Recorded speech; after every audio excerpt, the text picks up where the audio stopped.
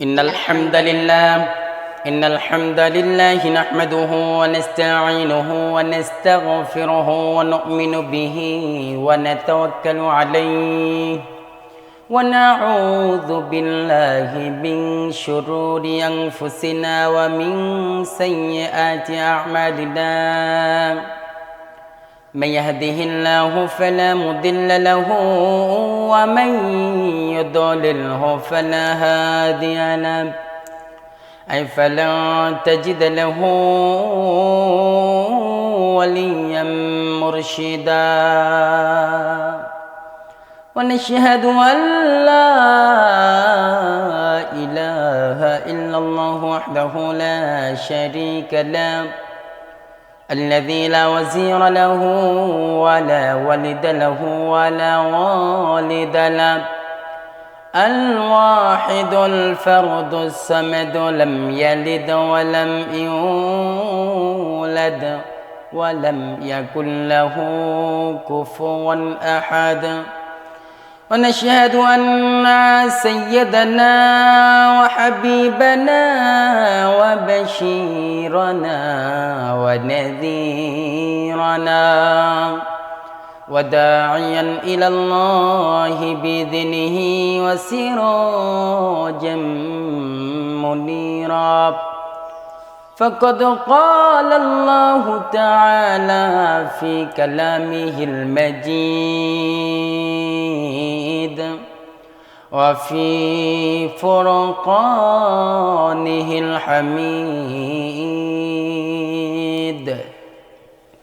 أعوذ بالله من الشيطان الرجيم بسم الله الرحمن الرحيم كل نفس ذائقة الموت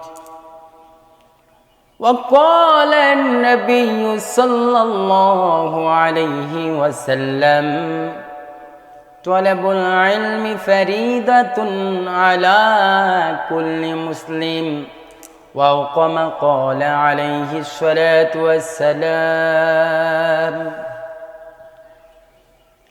সাগরের জলকে কালি করে গাছের পাতাকে খাতা করে তোমার মহিমা লেখা শেষ হবে না যদিও লিখি প্রভু জীবন ভরে সাগরের জলকে কালি করে গাছের পাতাকে খাতা করে তোমার মহিমা লেখা শেষ হবে না যদিও লিখি প্রভু জীবন ভরে। আলহামদুলিল্লাহ, আল্লাহর কাছে আমরা শুকরিয়া আদায় করি যে আল্লাহ তাআলা আমাদের কবুল করেছেন। আমরা সে আল্লাহর দরবারে কালিমাতুশ শুকর প্রাণ খুলে আদায় করছি, বলছি আলহামদুলিল্লাহ। আমরা নবীর প্রতি দরুদ ও সালাম পাঠ করি, যিনি মানবতার বন্ধু, মানবতার দিশারি, সাইয়্যিদনা মুহাম্মদুর রাসূলুল্লাহ। সকলে বলছি সাল্লাল্লাহু আলাইহি ওয়াসাল্লাম। আমরা আজকের মূল থিওরি, মূল আলোচনা আমরা শুনব যে আমরা যে সৃষ্টি, আল্লাহ তাআলা আমাদেরকে যে সৃষ্টি করেছেন, এই সৃষ্টির মধ্য থেকে আমাদেরকে আল্লাহ তাআলা বানালেন একটা মাটির থেকে, মাটির নির্যাস থেকে, মাটির থেকে আমাদের তৈরি করলেন। এই মাটি কিভাবে ফেরেশতারা তৈরি করলেন, আল্লাহ পাঠালেন, সেই নিয়ে আপনাদের কিছু গুরুত্বপূর্ণ কথা বলবো। রব্বুল আলামিন যখন মানুষকে বানানোর জন্য যখন পরিকল্পনা করলেন, আল্লাহ রব্বুল আলামিন চিন্তা করলেন আদম সন্তানকে অর্থাৎ মানুষকে কিভাবে বানাবো, ইনসানকে কিভাবে বানাবো, মানুষদেরকে কিভাবে তৈরি করব। রব্বুল আলামিন তারপরে তিনি নিজেই চিন্তা ভাবনা করার পরে আল্লাহ রব্বুল আলামিন মাটির থেকে মানুষকে বানানোর চিন্তা ভাবনা করলেন।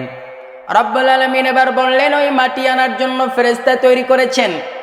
চারজন ফেরেশতাকে নিযুক্ত করলেন। জিবরাইল আমিনকে বললেন, ও জিবরাইল, যাও তুমি জমিন থেকে মাটি নিয়ে আসো, জমিন থেকে মৃত্তিকা নিয়ে আসো, মৃত্তিকা নিয়ে আসো, মাটি নিয়ে আসো। জিবরাইল আমিন যখন আসলেন মাটি নেওয়ার জন্য, সেই সময় মাটি খোদার কসম করে যখন বলছি, আল্লাহর কসম করে যখন বলছে, এবার কি করলেন জিবরাইল আলাইহিস সালাম, মাটি এবার ফেলাই দিয়ে দিলেন। মাটি যখন আল্লাহর কসম করে বলেছে, সঙ্গে সঙ্গে মাটি ফেলাই দিয়ে আল্লাহর দরবারে চলে গিয়েছে। এবার বললেন, আল্লাহ, মাটি যখন আনতে গেলাম, এই এত দূর পথ যখন পাড়ি দিলাম, পাড়ি দেওয়ার পর যখন আমি মাটি নিতে গেলাম, সেই সময় তোমার যখন কসম করে বলেছে, আমি আর মাটি নিতে পারি নাই, মাটি রেখে তোমার কাছে ছুটে আসলাম। এরপরে রব্বুল আলামিন মিকাইল আলাইহিস সালামকে বলেন, ও মিকাইল, যাও যাও জমিনে যাও, জমিনে যে মাটি নিয়ে আসো। এক মুষ্টি যখন মাটি নিতে আসলেন, ওই সময় বহু দূর পথ পাড়ি দিলেন। বহু দূর পথ যখন পাড়ি দিয়ে দিলেন, পাড়ি দেওয়ার পরে যখন মাটি নেবে, অমনি মাটি এবার বললেন, দাঁড়াও, তুমি কার কাছ থেকে মাটি নেবা, কোথার থেকে মাটি নিচ্ছ, খবরদার মাটি আর নেবা না। এবার বললেন, আমাকে আল্লাহ রাব্বুল আলামিন পাঠিয়েছে এই মাটি নেওয়ার জন্য। সেই সময় মাটি এবার বললেন, খোদার কসম করে বলি, আল্লাহর কসম করে বলি, খবরদার মাটি নেবা না, যাও তুমি আল্লাহর কাছে ফিরে চলে যাও। এবার কি করলেন, মিকাইল আলাইহিস সালামও ফিরে আসলেন। আল্লাহর কাছে আসার পরে বললেন, আল্লাহ, আমি যখন মাটি যখন নিতে ধরেছিলাম, সেই সময় যখন তোমার কসম করে যখন বলেছে, আমি আর মাটি নিতে পারি নাই, ফেলাই দিয়ে তোমার কাছে ছুটে আসলাম। এরপরে রব্বুল আলামিন ইসরাফিল আলাইহিস সালামকে বললেন, ও ইসরাফিল, যাও তুমি জমিন থেকে মাটি নিয়ে আসো।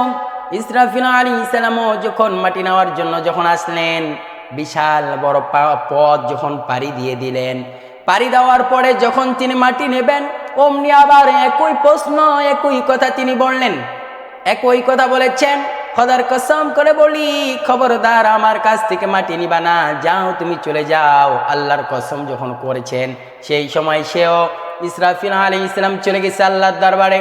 আল্লাহর কাছে যে বিচার দিয়ে দিলেন আর বললেন, আল্লাহ, মাটি আনার জন্য আমাকে পাঠিয়েছ, ওই সময় যখন মাটি আমি নিতে ধরেছি, তোমার কসম যখন করেছে, মাটি ফেলাই দিয়ে চলে এসেছি।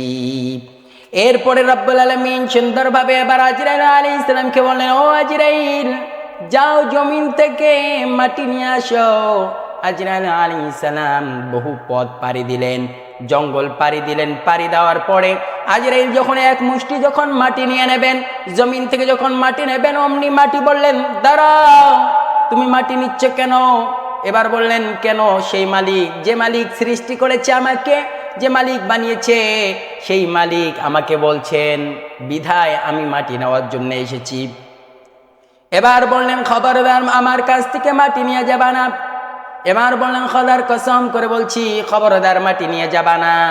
যখন এই কথা বললেন, বলার সঙ্গে সঙ্গে আজরাইল আলাইহিস সালাম বললেন, ও মাটি, শোনো শোনো শোনো, যে খোদার কসম করে বলো, যেই খোদার কসম করে মাটি তুমি নিজেই বলেছ, সেই মালিক আমাকে পাঠিয়েছে, তেনার কসম করে আর কোনো লাভ নাই। কারণ এই মাটি যেহেতু ওই মালিক নিয়ে যেতে বলেছে, ওই মাটি আমাকে নিয়ে যেতেই হবে। এবার ওই মাটি নিয়ে আল্লাহর কাছে, আল্লাহর দরবারে চলে গেলেন। আল্লাহর দরবারে চলে যাওয়ার পরে এবার বললেন, ইয়া আল্লাহ, আমাকে যখন মাটি আনার জন্য যখন পাঠিয়েছেন, মাটি আনার জন্য যখন বলেছেন, মাটি যখন নিতে গিয়েছিলাম, তোমার কসম করে বলেছি বিধায়, তারপরেও তোমার আইন আমি পালন করেছি, মাটি নিয়ে আসলাম। রব্বুল আলামিন এবার বললেন, আজরাইল, তোমার মতো বুদ্ধিমতী, তোমার মতো বুদ্ধিমান আর কেউ নাই। চারজন ফেরেশতাকে পাঠালাম, চারজন ফেরেশতা গেল, তার মধ্যে 4 জনের মধ্যে তুমি জয়লাভ করেছো। আজরাইলকে বললেন, ও আজরাইল, আজকের থেকে মানব জাতি, আজকের থেকে অর্থাৎ যেই মানুষকে আমি সৃষ্টি করব, যেই মানুষকে বানাবো, এদের রূহ, এদের জান কবজ করার দায়িত্ব, ও আজরাইল, আমি তোমাকেই দিয়ে দিলাম। আজরাইল আলাইহিস সালামকে বললেন, আল্লাহ তাআলা বললেন, ও আজরাইল, আজকের থেকেই যে মাটি তুমি নিয়ে এসেছো, সেখান থেকে যে মাটির থেকে যে মানুষেরা তৈরি হবে, আর ওই মানুষের রুহু জান কবজ করার জন্য আমি আল্লাহ তোমাকে নিযুক্ত করে দিয়ে দিলাম। আজরাইল আলাইহিস সালাম চিৎকার মেরে আল্লাহর কাছে বলেছেন, আল্লাহ এই কেমন কাজ করে দিলেন? কারণ আমি যদি তোমার বান্দাদের যখন রুহু বের করে নেব, তখন তারা হাউমাউ করে কান্না করবে, তার আত্মীয় স্বজনেরা। আল্লাহ আমি যখন তাদের রুহু বের করে নেব, তাদের জান যখন কবজ করে নেব, ও আল্লাহ সেই সময় আমাকে অপবাদ দেবে, অনেকগুলো কথা বলবে। আমার বাবা এত ভালো ছিল, আমার বাবার রুহুটা বের করে নিয়ে গেল। আমার মা এত ভালো ছিল, আমার মায়ের রুহুটা বের করে নিয়ে গেল। আমার মা দুনিয়ার থেকে বিদায় নিয়ে গেল। আমার সন্তানেরা ভালো ছিল, কিন্তু আমার সন্তানেরাও বিদায় নিয়ে গেল।